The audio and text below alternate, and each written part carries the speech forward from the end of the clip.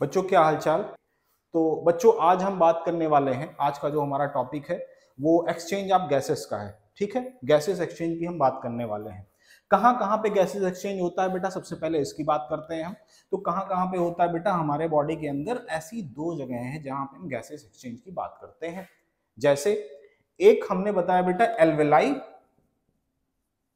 जो आपके लंग्स के अंदर एल्वेलाई प्रेजेंट है बेटा, उन एल्वेलाई और आपके जो ब्लड कैपिलरीज हैं उनके बीच में होने वाला है, जो डीऑक्सीजनेटेड ब्लड लेकर जाएंगे लंग्स के पास में, और वो डीऑक्सीजनेटेड ब्लड को ऑक्सीजनेटेड में कन्वर्ट किया जाएगा। जो गैसेस प्रेजेंट होंगी, ऑक्सीजन वगैरह जो प्रेजेंट होंगे कहां पे, एल्वेलाई के अंदर। तो बिटवीन है ना एल्वेलाई एंड ब्लड कैपिलरीज, जो कैपिलरीज वगैरह है ना, बिटवीन एल्वेलर कैपिलरीज लिखना ज्यादा ठीक है, लेकिन ठीक है चलो, है ना, कैपिलरीज ठीक। ओके, दूसरी जगह जो है बेटा, ये जो हमारे हार्ट से जो एरोटा के थ्रू जो ब्लड पंप किया जा रहा है, वो जो ब्लड पंप किया जा रहा है वो आपके टिश्यूज तक पहुंचेगा। टिश्यूज में लगातार चल रही है क्या, मेटाबॉलिज्म। मेटाबॉलिज्म की वजह से उनमें लगातार CO2 का प्रोडक्शन हो रहा होगा। अब वो जो CO2 प्रोड्यूस हो रहा है बेटा, वो CO2 को डिफ्यूज आउट करना होगा और ऑक्सीजन की उसको जो जरूरत पड़ेगी ऑक्सीजन सेल के अंदर जानी होगी, वहां पे डिफ्यूजन हो जाएगा। देखो जरा, तो कहां पे बेटा, बॉडी टिश्यूज,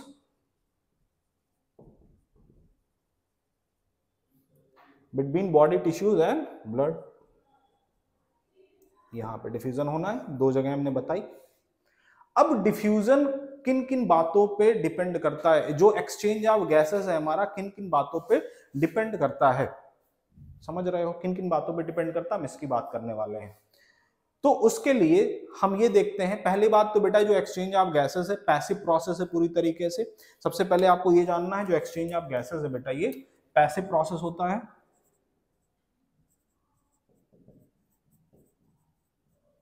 पैसिव प्रोसेस है, ठीक है। मतलब पैसिव प्रोसेस कहने का मतलब यह है कि जरा सा भी यहाँ पे एनर्जी का कंजम्पशन नहीं होगा, है ना। डिफ्यूजन ऑफ गैसेस में, या फिर जब हम अगर बात कर रहे हैं एक्सचेंज ऑफ गैसेस की बात कर रहे हैं, डिफ्यूजन अगर हमने नाम ले लिया तो सीधी सी बात यह है, डिफ्यूजन नाम लेने पे हमें ये पता चल गया कि जो प्रोसेस होने वाला कैसा होने वाला, पैसिव प्रोसेस होने वाला है। क्योंकि डिफ्यूजन के अंदर गैसेस अपने हायर कंसंट्रेशन से बेटा लोअर कंसंट्रेशन की तरफ मूव करती हैं, ठीक है। कहां से, higher concentration to lower concentration move करती हैं। तो कंसंट्रेशन ग्रेडियंट का फॉर्म करना बड़ा जरूरी है ना, समझ रहे हो, क्या क्या फॉर्म होना जरूरी, कंसंट्रेशन ग्रेडियंट का फॉर्म होना जरूरी है। अब सुनो, किन किन बातों पर डिपेंड करता है कि गैसेस कैसे डिफ्यूज आउट करेंगी। तो भैया तीन बातें हैं, देखो जरा हम इनको एक एक करके बात करते हैं। पहली चीज तो सॉल्बिलिटी ऑफ गैस, किस गैस की सॉल्बिलिटी ज्यादा है, जिसकी सॉल्बिलिटी ज्यादा होगी उसका डिफ्यूजन रेट हाई होगा, समझ रहे हो क्या भैया, सॉल्बिलिटी ऑफ गैसेस।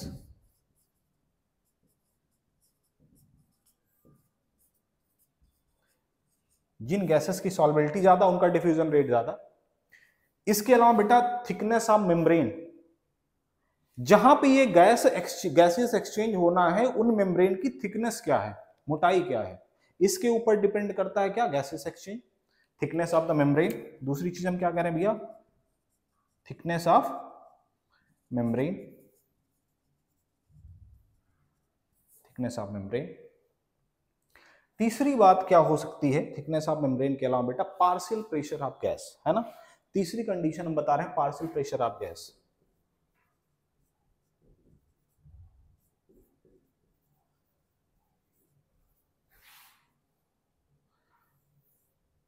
किस गैस का कितना पार्शियल प्रेशर है इस बात पर डिपेंड करेगा बेटा उसका डिफ्यूजन रेट, ठीक। तीन बातें हमने बताई, तीनों अब जरा एक एक करके समझाते हैं।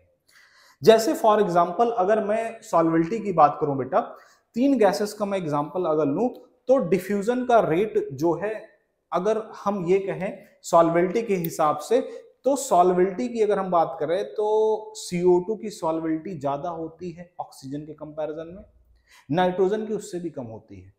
तो अगर इन गैसेस के डिफ्यूजन का अगर हम ट्रेंड देखें बेटा, तो सबसे पहले अगर हम कहें तीन गैसेस हैं तो उनमें CO2 सबसे पहले डिफ्यूज आउट हो जाएगी, डिफ्यूजन रेट इसका ज्यादा होगा, फिर ऑक्सीजन का होगा, फिर नाइट्रोजन का होगा। और यहां तक कि आपके एनसीईआरटी ने एक बात लिखी है भैया कि जो CO2 है ये 20 to 25% रेट हायर होता है डिफ्यूजन का, किसके कंपैरिजन में? ऑक्सीजन के कंपैरिजन में। ठीक है। दूसरा, हम थिकनेस ऑफ मेम्ब्रेन की बात कर रहे हैं। किसकी बात कर रहे हैं? मेम्ब्रेन की थिकनेस की। मेम्ब्रेन की थिकनेस की बात कर रहे हैं। मेम्ब्रेन की थिकनेस मतलब जहां पे गैसेस एक्सचेंज हो रहा है उन मेम्ब्रेन के बीच की थिकनेस क्या है। जैसे सपोज दैट अगर हम बेटा किसकी बात कर ले एल्वेलाई की बात कर ले। मान लो ये एल्वेलाई है, ये एल्वेलाई है ना। अब एल्वेलाई है तो फिर बेटा एनिमल टिश्यू जब हम पढ़ाएंगे तो यहां पे बताएंगे कि ये सिंपल स्क्वैमस एपिथेलियम यहां पे पाई जाती है।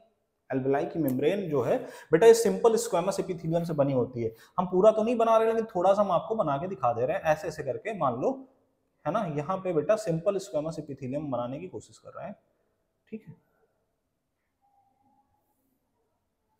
ये कौन सी मेम्ब्रेन है? Simple squamous epithelium.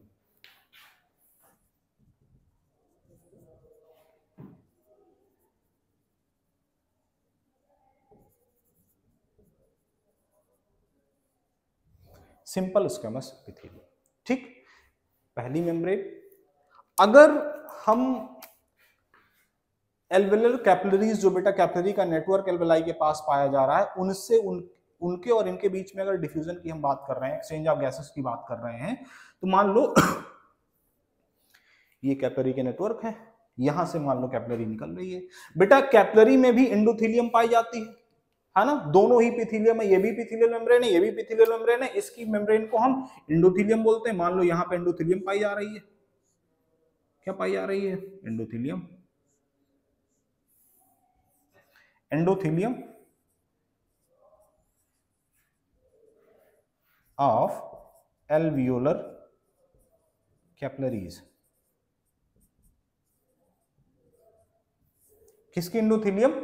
Endothelium of alveolar capillaries. Alveoli की जो कैपिलरीज है बेटा उनके एंडोथेलियम की हम बात कर रहे हैं। किसकी बात कर रहे हैं? एल्वेलाई के कैपिलरीज के एंडोथेलियम की बात कर रहे हैं, इनके बीच में। अच्छा, अगर यहां तो बेटा टॉपिक एनिमल टिश्यू का हम पूरा आपको डिटेल में नहीं बता सकते, लेकिन एक चीज हम आपको ये बता सकते हैं कि कभी भी अगर हम एपिथेलियम की बात करेंगे तो एपिथेलियम हमेशा और हमेशा बेसमेंट मेम्ब्रेन के ऊपर लाई करती है। किसके ऊपर लाई करती है? Basement membrane. ये भी एपिथेलियम, ये भी एपिथेलियम, तो हम ये कह रहे हैं कि ये किसी ना किसी बेसमेंट मेम्ब्रेन के ऊपर टिकी होगी। तो बेसमेंट मेम्ब्रेन की भी थिकनेस इंक्लूड करी जाएगी। हम थिकनेस ऑफ मेम्ब्रेन की बात कर रहे हैं। सेकंड वाला पॉइंट बेटा, थिकनेस ऑफ मेम्ब्रेन के अंदर हम ये कह रहे हैं कि अगर एल्वेलाई और कैपिलरीज के बीच में डिफ्यूजन होना है तो हम सिंपल स्क्वैमस एपिथेलियम देख रहे हैं। कहां पे? एल्वेलाई की। और एंडोथेलियम ऑफ एल्वेलर कैपिलरीज देख रहे हैं, एल्वेलर कैपिलरीज के एंडोथेलियम।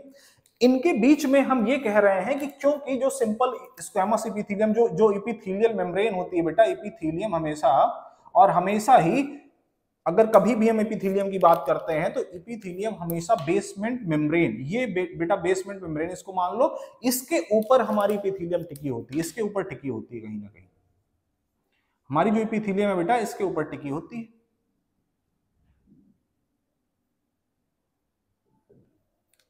ये भी एपिथेलियम। अगर हम इस एंडोथेलियम की बात कर रहे हैं बेटा तो यहां पे भी हम एक बेसमेंट मेम्ब्रेन लेके चल रहे हैं।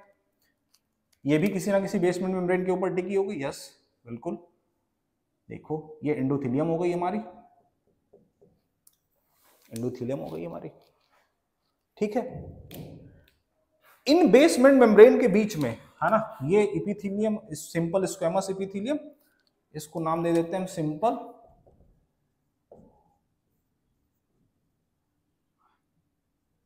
Squamous epithelium. यहां पे नाम लिखा हमने, इसको हमने क्या नाम दे दिया? एंडोथेलियम। एंडोथेलियम। इनके ये दोनों जो है बेटा बेसमेंट मेम्ब्रेन, ये और ये जिनके ऊपर ये टिकी है बेटा, इनका नाम है बेसमेंट मेम्ब्रेन।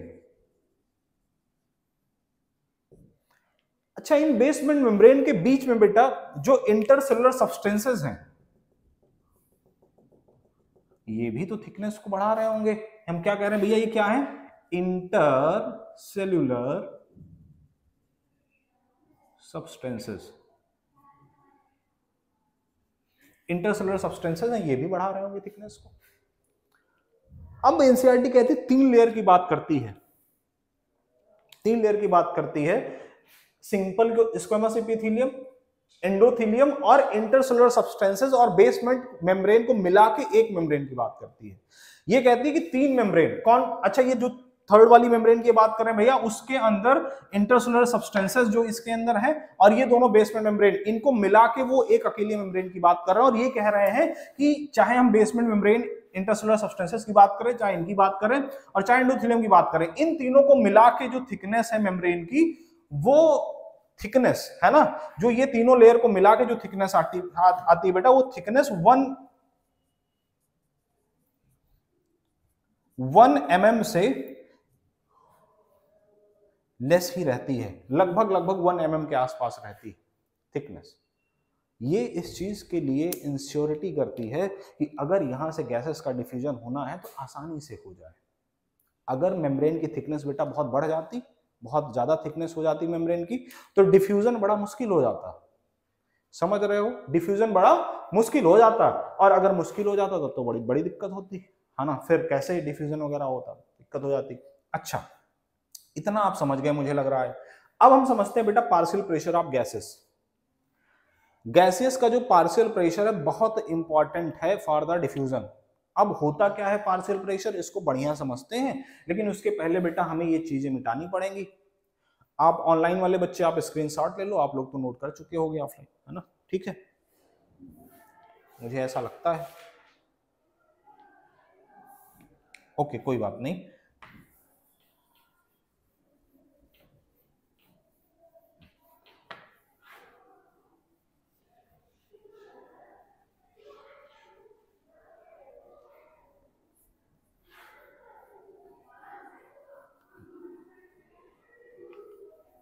अब देखो ये पार्शियल प्रेशर की बात जरा हम समझते हैं।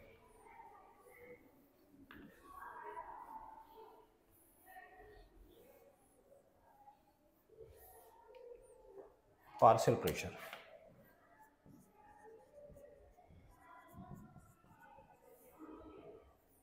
सबसे पहले पार्शियल प्रेशर को डिफाइन तो कर लें, होता क्या है पार्शियल प्रेशर। तो पार्शियल प्रेशर का मतलब ये है बेटा कि जो मिक्सचर ऑफ गैसेस हैं, मान लो एक कंटेनर है, उस कंटेनर के अंदर बहुत सारी गैसेस हैं, मान लो सपोज दैट एक कंटेनर, इस कंटेनर के अंदर बेटा बहुत सारी गैसेस है, बहुत बंद कंटेनर हम ले लेते हैं, इसके अंदर बहुत सारी गैसेस है अलग अलग टाइप की। इसमें मैं किसी एक इंडिविजुअल गैस की बात करता हूं, है ना, मान लो हमने किसी एक वन इंडिविजुअल, है ना, इंडिविजुअल गैस की हमने बात कर ली। इस एक इंडिविजुअल गैस के द्वारा बेटा जो बाकी गैसेस हैं कंटेनर के ऊपर, उनके ऊपर कितना प्रेशर जनरेट किया जाता है, किया जा रहा है, वो उसका पार्शियल प्रेशर होगा। समझ रहे हो, हमने क्या कहा कि किसी कंटेनर के अंदर मौजूद किसी इंडिविजुअल गैस के द्वारा बाकी बची हुई गैसेस के ऊपर जो प्रेशर जनरेट किया जाता है, वो क्या होता है बेटा, उसका पार्शियल प्रेशर होता है। अब पार्शियल प्रेशर किस बात पर डिपेंड करता है, पार्शियल प्रेशर इस बात पर डिपेंड करता है कि कंसंट्रेशन क्या है उस गैस का। जितना ज्यादा कंसंट्रेशन उतना ज्यादा पार्शियल प्रेशर। जैसे चुनाव में जो नेता लोग लड़ते हैं, जितना ज्यादा जिसके पास पावर, मतलब जितनी ज्यादा सीट होती है, उतना ज्यादा उनका भौकाल चलता है, उतना ज्यादा वो गवर्नमेंट को प्रेशराइज कर सकते हैं। क्यों कर पा रहे हैं, क्योंकि बेटा उनके पास नंबर बहुत ज्यादा है। समझ रहे हो, ठीक। ऐसे यहाँ पे गैसेस के साथ में गैसेस का कंसंट्रेशन नंबर जितना ज्यादा होगा, उनका पार्शियल प्रेशर ज्यादा होगा, वो उतना ज्यादा दबाव फील करवाएंगे दूसरे गैसेस को, ठीक है, और उनका डिफ्यूजन आसान होगा। जिनका पार्शियल प्रेशर ज्यादा बेटा वो मूव आउट करके लो पार्शियल प्रेशर की तरफ चली जाएंगी, जहां पे उनका पार्शियल प्रेशर कम होगा वो उस तरफ चली जाएंगी मूव करके। समझ रहे हो, ओके। अब किन गैसेस का, जैसे अगर मैं CO2 और ऑक्सीजन, दो गैसेस की बात करूं, और उनका अगर मैं पार्शियल प्रेशर आपसे कहूं कि कहां पे कितना पार्शियल प्रेशर होता है गैसेस का, तो क्या आप बता पाओगे? एनसीईआरटी के अंदर जो चार्ट दिया गया है, समझ रहे हो। जैसे अगर हम CO2, अभी चार्ट भी दिखा देंगे बेटा एनसीईआरटी वाला, लेकिन पहले तो आप ये समझ लो कि CO2 और ऑक्सीजन का कंसंट्रेशन क्या होना चाहिए। आप देखो जरा, ये CO2 हम ले लेते हैं, पार्शियल प्रेशर, अच्छा कैसे डिनोट करते हैं बेटा, जैसे अगर हम CO2 का पार्शियल प्रेशर कहें तो PCO2, अगर ऑक्सीजन का कहें तो PO2, PCO2 और PO2, मतलब इसका क्या मतलब हुआ, oxygen partial pressure of oxygen, partial pressure of CO2, है ना, पार्शियल प्रेशर ऑफ बेटा CO2 और पार्शियल प्रेशर ऑफ ऑक्सीजन, इसकी हम बात करने जा रहे हैं। अगर हम ऑक्सीजन के पार्शियल CO2 के पार्शियल प्रेशर की बात करते हैं कहां पे बेटा, एटमॉस्फेयर के अंदर। अगर हम एटमॉस्फेयर में CO2 के पार्शियल प्रेशर की बात करें कितना होता है, 0.3 mmHg। पार्शियल प्रेशर को किसमें बेटा कैलकुलेट करते हैं, mmHg के अंदर, ठीक। अगर हम ऑक्सीजन की बात कर लें तो 159 mmHg होता है किसका कंसंट्रेशन, ऑक्सीजन का पार्शियल प्रेशर या कंसंट्रेशन बेटा पार्शियल प्रेशर कह लेते हैं इन द एटमॉस्फेयर। 159 बहुत ज्यादा है, समझ रहे हो। अच्छा, इधर से अब चलते हैं एल्वेलाई के पास। किसके पास, एल्वेलाई के पास चलते हैं। एल्वेलाई के पास चलते हैं और एल्वेलाई से पूछते हैं भैया तुम्हारे पास कितना कंसंट्रेशन है। ये देखो क्या बताती है। हम एल्वेलाई की बात कर लें, लंग्स एल्वेलाई, एल्वेलाई से पूछे तो एल्वेलाई ने कहा जो हमारे पास कंसंट्रेशन है CO2 का वो 40 mmHg है। कितना, 40 mmHg। अगर हमने ऑक्सीजन के बारे में पूछा कि ऑक्सीजन कंसंट्रेशन कितना रखे हो, तो इसने कहा एटमॉस्फेयर की जितना तो नहीं है, लेकिन बॉडी में जितना कंसंट्रेशन, जितना पार्शियल प्रेशर हमारे पास है और किसी के पास नहीं ऑक्सीजन का। हमने पूछा कितना, इसने कहा 104 mmHg। कितना, 104 mmHg। ओके, ठीक, आगे बढ़ते हैं। इसके बाद में हमने बेटा ये जो ब्लड बेटा एल्वेलाई से कहां पे गया है, एल्वेलाई से ये मूव आउट करके जो पल्मोनरी वेन के थ्रू आपके लंग्स हार्ट के अंदर पहुंचा होगा और हार्ट से पंप किया गया होगा बेटा, वो ऑक्सीजनेटेड ब्लड ही होगा जो उसके अंदर जाएगा पल्मोनरी वेन के थ्रू हार्ट के अंदर। अब वो जो पंप होके बेटा जो ऑक्सीजनेटेड ब्लड जा रहा है टिश्यू के पास में, तो उस ऑक्सीजनेटेड ब्लड के अंदर कितना कंसंट्रेशन होगा, ऑक्सीजनेटेड ब्लड के अंदर कितना कंसंट्रेशन होगा। तो ऑक्सीजनेटेड ब्लड के अंदर अगर हम कंसंट्रेशन की बात करें बेटा, तो ऑक्सीजनेटेड ब्लड में 95 mmHg होता है। सॉरी, CO2 कम होता है भाई, है ना। CO2 तो 40 mmHg होगा। CO2 कितना होगा भैया, 40 mmHg, 40 mmHg। और ऑक्सीजन कितना होगा, 95 mmHg। समझ रहे हो। अच्छा, अगर हम डीऑक्सीजनेटेड ब्लड की बात करें, किसकी, डीऑक्सीजनेटेड ब्लड, या फिर बॉडी टिश्यूज के अंदर, बॉडी टिश्यू के अंदर अगर हम बात करें, बॉडी टिश्यू के अंदर कितना कंसंट्रेशन होगा CO2 का और कितना कंसंट्रेशन पार्शियल प्रेशर कितना होगा ऑक्सीजन का, है ना। तो CO2 का कंसंट्रेशन या पार्शियल प्रेशर बेटा कहां पे ज्यादा होगा, बॉडी टिश्यूज के अंदर ज्यादा होगा। किससे ज्यादा होगा, ऑक्सीजनेटेड ब्लड से ज्यादा होगा। तभी तो ये CO2 ऑक्सीजनेटेड ब्लड के अंदर आ पाएगी। जब ये ब्लड बेटा पहुंचेगा कहां पे, बॉडी टिश्यूज के पास में, तो बॉडी टिश्यूज से ये मूव आउट करके कहां चली जाएगी, ब्लड के अंदर। और हम यहां पे बात करते हैं बेटा 45 mmHg पाया जाता है कंसंट्रेशन किसका, CO2 का। कहां पे, बॉडी टिश्यूज के अंदर। बॉडी टिश्यूज के अंदर ऑक्सीजन कंसंट्रेशन बेटा किससे कम होगा, CO2 से कम होगा। कितना होगा, 40 mmHg होगा। तभी तो ये जो ऑक्सीजनेटेड ब्लड के अंदर बेटा 95 mmHg है, ये तुरंत चला जाएगा कहां पे, टिश्यू के अंदर। ऑक्सीजन आसानी से सप्लाई हो जाएगी। समझ रहे हो। अब डीऑक्सीजनेटेड ब्लड के अंदर भी बेटा सेम ही कंसंट्रेशन होगा जो हमने यहां पे बता रखा है। डीऑक्सीजनेटेड ब्लड के अंदर भी सेम ही कंसंट्रेशन होगा जो हमने यहां पे बता के रखा है। इतना समझे बेटा, ठीक है। तो एक्सचेंज ऑफ गैसेस वाले पार्ट में बेटा इतनी बात करनी है अपने को। और उसके बाद में जरा आप एनसीईआरटी जल्दी से देख लो भैया, एनसीईआरटी देख लो। एनसीईआरटी में बेटा हम ये दिखाना चाहते हैं, ध्यान से देखना एनसीईआरटी को। एनसीईआरटी के अंदर ये जो टेबल दे रखी है बेटा, टेबल 17.1, यहाँ पे रेस्पिरेटरी गैसेस ऑक्सीजन और CO2 के बारे में बताया गया बेटा, है ना। ऑक्सीजन को ऊपर रखा गया, CO2 को नीचे रखा गया।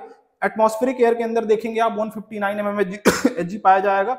कौन, ऑक्सीजन। CO2 कितना होगा, 0.3 होगा बेटा। एल्वेलाई के अंदर 104 होगा ऑक्सीजन और CO2 कितना होगा, 40 होगा। ब्लड जो डीऑक्सीजनेटेड ब्लड है बेटा, उसके अंदर ऑक्सीजन 40 होगा और कहां पे CO2 45 होगा। जो ऑक्सीजनेटेड ब्लड है वहां पे ऑक्सीजन कितना होगा, 95 होगा और जो CO2 होगा 40 होगा। और टिश्यू के अंदर बेटा 40 और 45, है ना। टिश्यू के अंदर किसका कंसंट्रेशन कम होगा, किसका पार्शियल प्रेशर, ऑक्सीजन का कम होगा, CO2 का ज्यादा होगा। ठीक है। अच्छा, इसके बाद में यहाँ पे बेटा जो 17.3 के अंदर डायग्राम दे रखा है, यहाँ पे सर्किट के बारे में बताया गया है। इस सर्किट को भी आप देख लो। इसके अंदर हमने ये कहा कि ये जो एल्वेलाई है बेटा, एल्वेलाई के अंदर देखो जो अभी अभी अभी हम पार्शियल प्रेशर की बात कर रहे थे, same partial pressure 104 mmHg oxygen का, CO2 का 40 mmHg।